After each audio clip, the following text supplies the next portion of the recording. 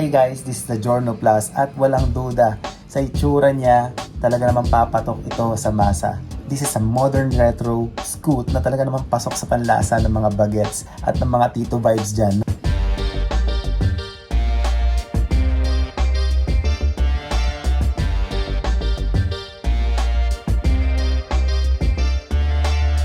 Meron ako dito sa aking harapan na Honda Giorno Plus at actually dalawa yung unit na ito.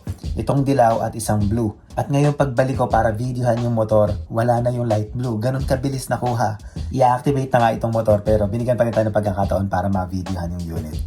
This Giorno Plus has 125cc engine with 4-stroke, 4-valve single overhead camshaft, liquid cooled, powered by ESP Plus engine with PGM-FI kaya matipid ang motor at kaya daw umabot nito ng 47 kilometers per liter base sa test na ginawa ng WMTC. Kaya nito mag-produce ng maximum power na 8.49 kilowatts at 8,750 RPM and maximum torque naman na 11.6 Nm at 5,250 RPM. Bore and stroke ay 53.5 by 55.5 mm and compression ratio na 11.5:1. Meron pong 4 na colors na available para sa Giorno Plus. Itong Pearl Retro Blue, Pearl Organic Green, ang nasa ating harapan na Turmeric Yellow, at Pearl Jubilee White. Maraming product features ang Giorno Plus na halos pamilyar na tayong lahat pagdating sa Honda. Naka full digital meter panel kagaya ng sa Honda Click. Tubeless ang mga gulong na may sukat na 12, parehas na 100 by 90 harap at likod. Naka CBS or yung combi brake system para sa mas efficient na braking with hydraulic disc brake sa harap at mechanical drum brake naman sa likod. LED ang headlight na modern ring ang design maliban sa mga turn signals na standard bulb. Ganon din naman sa taillight. Premium ang dating ng kanyang upuan with two-tone design at meron itong 30 liters na storage capacity. Meron ako narinig na nakapagsabi na hindi kasya yung isang regular full face helmet. Pero yung mga half face, tingin ko dalawa para sa size na to. Sa dating Giorno, yung previous bago ito, wala pang ilaw yung under seat storage. Pero ngayon dito sa bagong Giorno, meron na siyang ilaw. Hindi mo na kailangan tanglawan ng ilaw yan kung gabi o nasa madilim na area ka. That's one plus feature ng Honda Giorno. At isa pa daw sa pinagkaiba nito, ay yung placement ng charging port. Dito ngayon matatagpuan sa glove box. Napaka-stylish dahil hindi siya halata. Easy access, isang push lang ng button, bubukas na. Enough space para mag-fit ang ating mga device at ating charger cable, motorcycle gloves or basahan, kung anong pwede natin mapagkasya. Yung kanyang fuel tank cap ay nandito sa harapan. Sa harap lang mismo ng gulay board. Sayang lang at hindi pa kasi na-activate yung motor na ito kaya hindi natin ma-access yung ignition na siya namang mag-o-open nito ngang gas tank.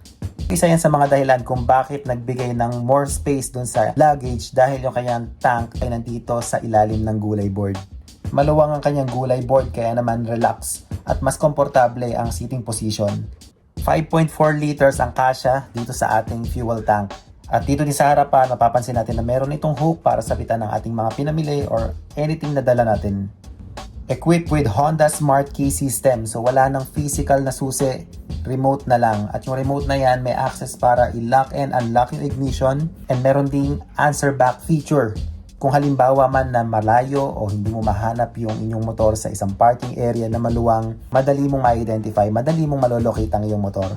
Also equipped with ISS or yung idling stop system na nakatutulong para makatipid sa gas consumption ang motor. Halimbawa man ikaw ay nasa traffic, laging naka-idle, automatic na mamamatay ang motor at isang pihit lang ulit sa throttle, buhay na ulit siya. Mapapansin nyo dito na brown din yung kulay ng kanyang handle grip at meron din itong park brake lock dito sa kaliwang side. Sa buttons meron tayong idling dito sa kanan at yung electric starter. Sa kaliwa yung high beam and low beam, busina at yung signal lights.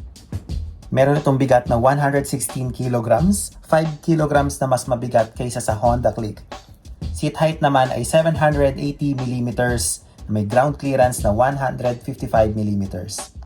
Sobrang simple lang ng kanyang design, wala masyadong kanto, madaling manotice yung partition ng bawat fairings, plain single color na mayroong 3D emblem. Maging ang grab bar nito ay sumasabay sa design at style ng motor.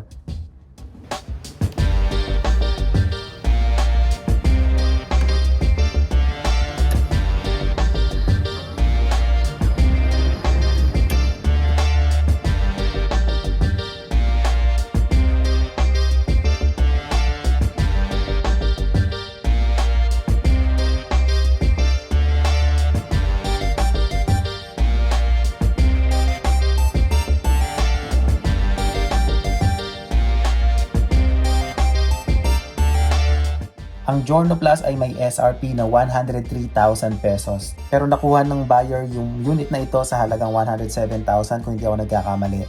And the actual retail price may vary depending on your dealer location, sabi nga dun sa Honda page. Kaya naman kung kayo ay nagnanais din or may balak na kumuha ng ganitong klaseng motor, maaari kayong bumisita sa pinakamalapit na Transcycle dealer sa inyong lugar. Salamat po sa Transcycle San Isidro para sa pagbibigay sa akin ng pagkakataon na ma-videohan ang unit na ito. Kung nagustuhan mo ang video ito, do not forget to hit like and subscribe to my channel. Magkita-kita na lang po tayo muli sa susunod na video.